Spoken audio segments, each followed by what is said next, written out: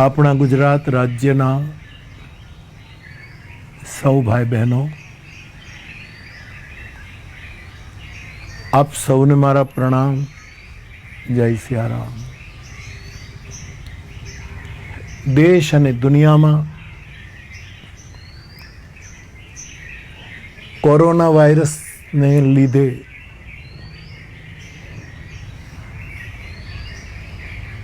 જે એક સંકટ આવ્યું છે અને આપણે બધા જે સંકટગ્રસ્ત છીએ, ત્યારે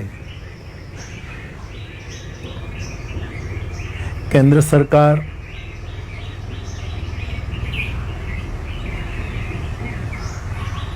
આપણા દેશની બધી સરકારો પોતપોતાની સમજ અને ક્ષમતા પ્રમાણે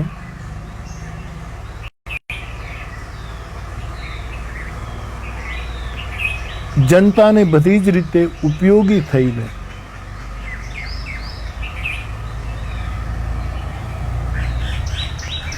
તન મન ધનના સ્વાસ્થ્ય માટે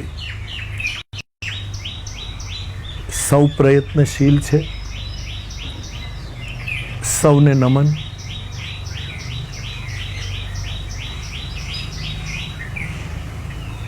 આપણા રાજ્યની સરકાર, આપણા માનનીય મુખ્યમંત્રી વિજયભાઈ અને એમની આખી ટીમ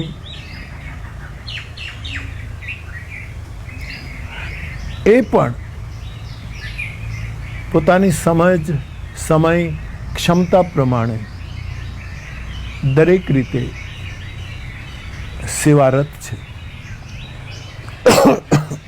સમય સમય પર અન્ન વિતરણ,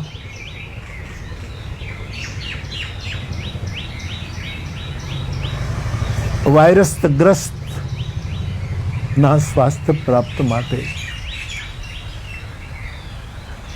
જે કંઈ જરૂરી હોય કરવા માટે તત્પર. પોલીસકર્મી, ડોક્ટર્સ, સુરક્ષાકર્મી, સફાઈ કર્મી, ધાર્મિક સંસ્થાઓ, સામાજિક સંસ્થાઓ બધા જ સેવામાં લાગ્યા છે.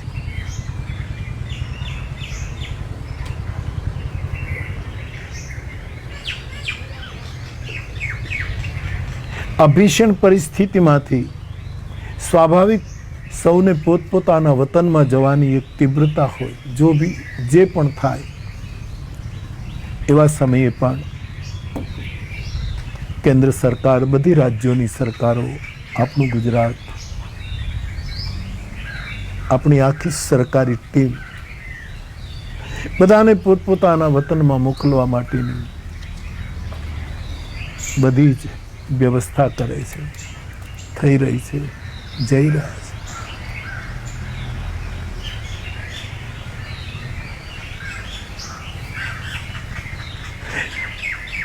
જેટલી સુવિધા આપી શકાય એ સુવિધા માટે બધા જ કાર્ય કરે છે, બધી જ જગ્યાએ.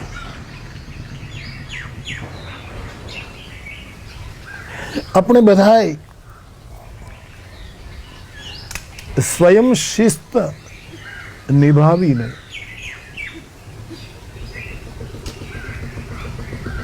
આ આરોગ્યના યજ્ઞમાં સહભાગી બનીએ.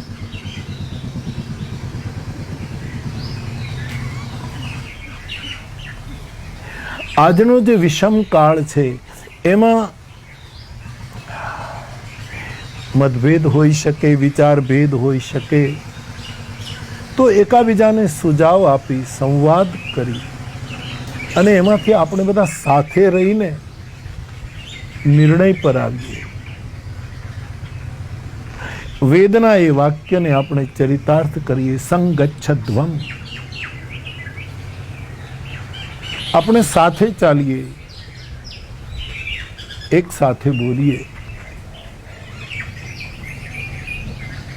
જ્યાં જ્યાંથી લોકના હિતના સૂચનો આવે એ સ્વીકારવામાં પણ આપણે આપણા અહમને વચ્ચે ના આવવા દઈએ.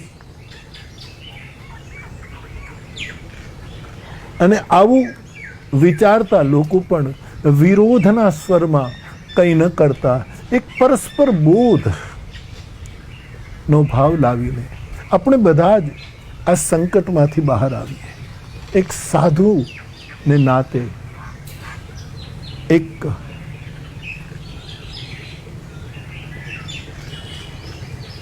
પ્રમાણિક ડિસ્ટન્સ બધાની સાથે રાખીને આ વાત કહી રહ્યો છું.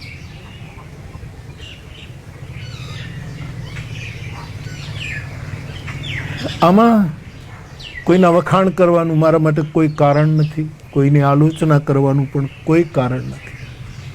એમાં સમય શું કામ બરબાદ કરીએ?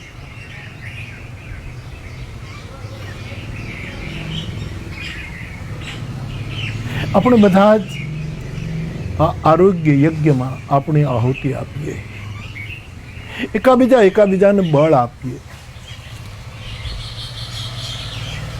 આપણે બધાના છીએ, બધા આપણા છે.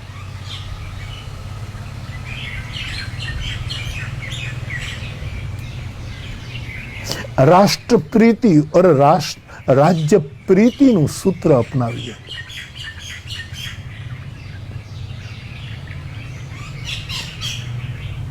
પહેલાના જમાનામાં રાજા મહારાજાઓ રાજસુ યજ્ઞ કરતા હતા.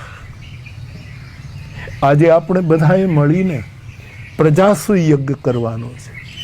એક એક જન મારા રાજ્ય અને મારા દેશની, અરે દુનિયાના એક એક પ્રજાજન માટે આ યજ્ઞ છે. રાજસુ યજ્ઞ બહુ જ જૂની વાત થઈ ગઈ. વર્તમાનની માંગ છે પ્રજાસુ યજ્ઞ. આપણે એમાં લાગીએ. દરેક ક્ષેત્રમાં જેની પાસે વિશેષ કૌશલ્ય છે, સમજ છે, એ આ યજ્ઞમાં આહુતિ આપે.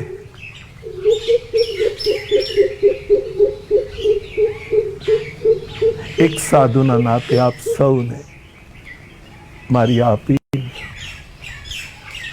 આમાં એકબીજાના પૂર્વગ્રહો, રાગ દ્વેષ ન લાવીએ.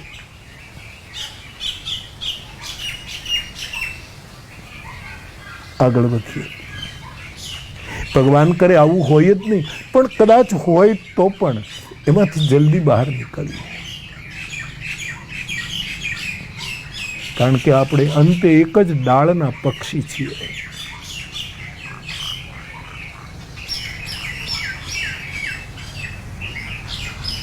સાથે રહેવાનું છે. થોડોક સ્વીકાર કરીને તપસ્યા કરવી પડશે, જ્યાં સુધી આ વિષમ પરિસ્થિતિમાંથી આપણે બહાર ન નીકળીએ.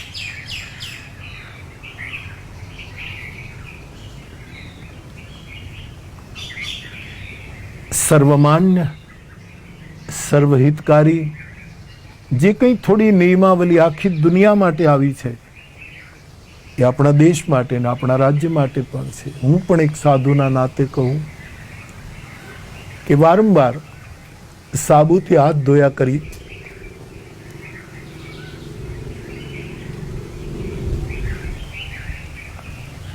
માસ્કનો ઉપયોગ કરીએ, સામાજિક ડિસ્ટન્સ બનાવી રાખીએ. ઘરમાં રહેલા બાળકો અને વૃદ્ધોનું બહુ જ ધ્યાન રાખીએ.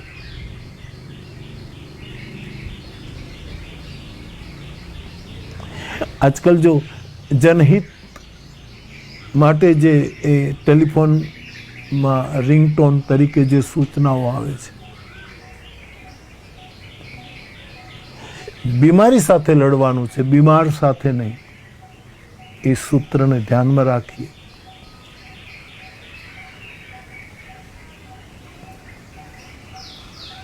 એકાબીજાને મળીએ તો 2 ગજ જે નિશ્ચિત ડિસ્ટન્સ રાખીએ, તાકી એકબીજાના વિષાક્ત અણુ પરમાણુ એકબીજા સુધી પહોંચે ત્યાં વચ્ચે જ મૃત્યુ પામે. એવી વિદ્યા અપનાવીએ. મહાભારત આદિકાળમાં જ્યારે સંઘર્ષો થતા, અહીંથી એક બાણ ફેંકાય, સામેથી એકાબીજાને અડે એના પહેલા વચ્ચે જ કપાઈ જતા હતા.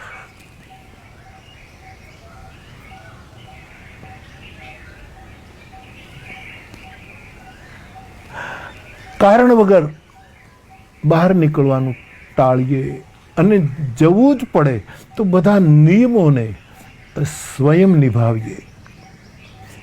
સ્વ અને સર્વના હિતમાં છે.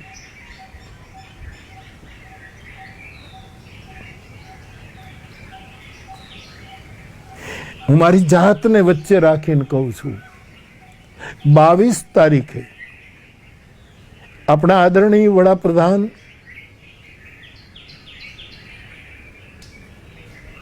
ની જે સૂચના દેશને મળી કે જનતા કર્ફ્યુ સૌએ સફળ બનાવ્યો. એના પછી 25 માર્ચથી આ લોકડાઉનના અનુષ્ઠાનો આવ્યા. આજે ચોથા ચરણમાં આપણે છીએ. આટલા દિવસથી હું અહીં જ બેઠો છું.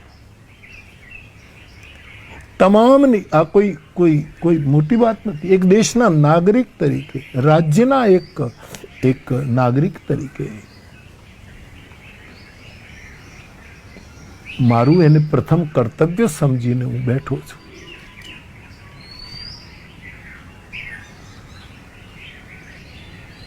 જે છૂટછાટ આપવામાં આવી છે ચોથા લોકડાઉન દરમિયાન,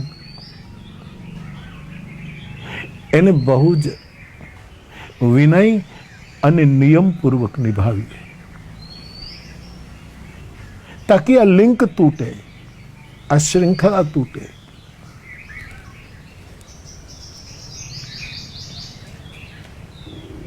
ક્યોંકि બંને વાતો આવ્યા જ કરે છે. બધાને છૂટ આપી દીધી તો હવે શું થશે? છૂટ ન અપાય તો માણસો શું કરશે? વાત બિલકુલ સહી છે. એવા સમયે આપણે બધાએ છૂટનો દુરુપયોગ નહીં લેવાનો, સદુપયોગ કરવાનો, તાકી આ સાંકળ તૂટે और આપણું રાજ્ય અને આપણો દેશ અને દુનિયા આમાંથી જલ્દી બહાર આવે.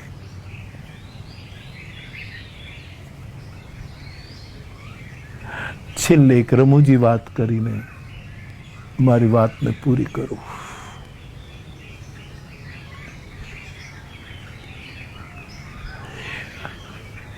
मैंने अखबार में कहा पढ़ा है, कहीं आज ही पढ़ा, खबर नहीं, स्मरण में नहीं, मुझे अच्छा लगा, विनोदी बात है.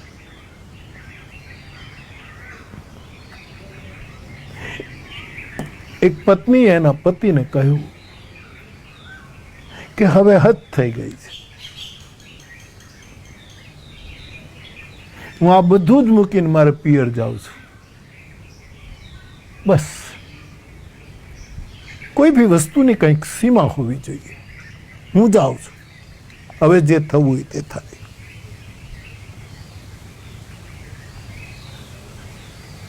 આપની સાથે ક્યાં સુધી લડતા રહેવાનું?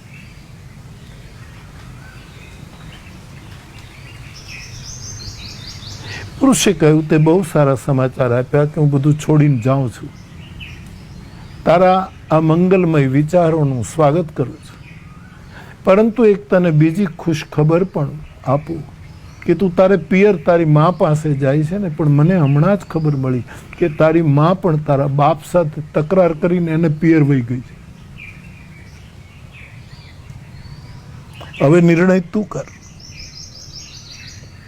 અંતે મારે ને તમારે બધાએ આપણા પિયર એટલે કે આપણા એરિયામાં રહેવાનું છે, પણ લડીને લઈ નહીં. એ તો એક વિનોદી વાત. તકરાર કરીએ એટલે આવું થાય. લડીને નહીં, બેહોશ થઈને નહીં, જાગૃત થઈને.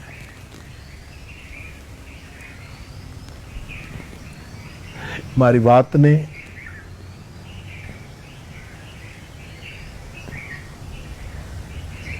જે રીતે કહું છું એ રીતે સ્વીકારજો. કારણ કે આ માણસ ક્યારેક ક્યારેક તટસ્થ થઈને બોલે, પણ એ કિનારે હોય છે, એનો એ એક તટ ઉપર હોય, બીજો તટ સાથે એને બહુ લેવા દેવાનો. ઘણા લોકો મધ્યસ્થ થઈને બોલે, દૂધમાં અને દહીંમાં બેયમાં મધ્યમાં. ઘણા કુટસ્થ થઈને બોલે, अपनी વાત ઉપર મક્કમ. અમે નક્કી કર્યું એ બરાબર, એના ઉપર પુનર્વિચારણા કરવા તૈયાર જ ન થાય, કુટસ્થ થઈ જાય, બધું બરાબર છે, તટસ્થ મધ્યસ્થ. સાધુ સત્યસ્થ થઈને બોલે.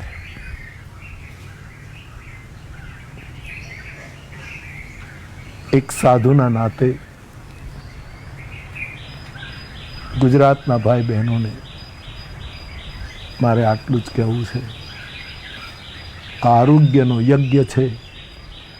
આપણે બધા જ આપણા સમય, આપણી સમજ અને આપણી ક્ષમતાને આહુતિ આપીએ, અને તે પણ ઇદમ અગ્નયે નમઃ આ ભાવથી આપીએ, અને જલ્દી આમાંથી દુનિયા મુક્ત થાય. સર્વે ભવન્તુ સુખિનઃ, સર્વે સંતુ નિરામયાઃ. આપ સૌને મારા પ્રણામ. જય સિયારામ.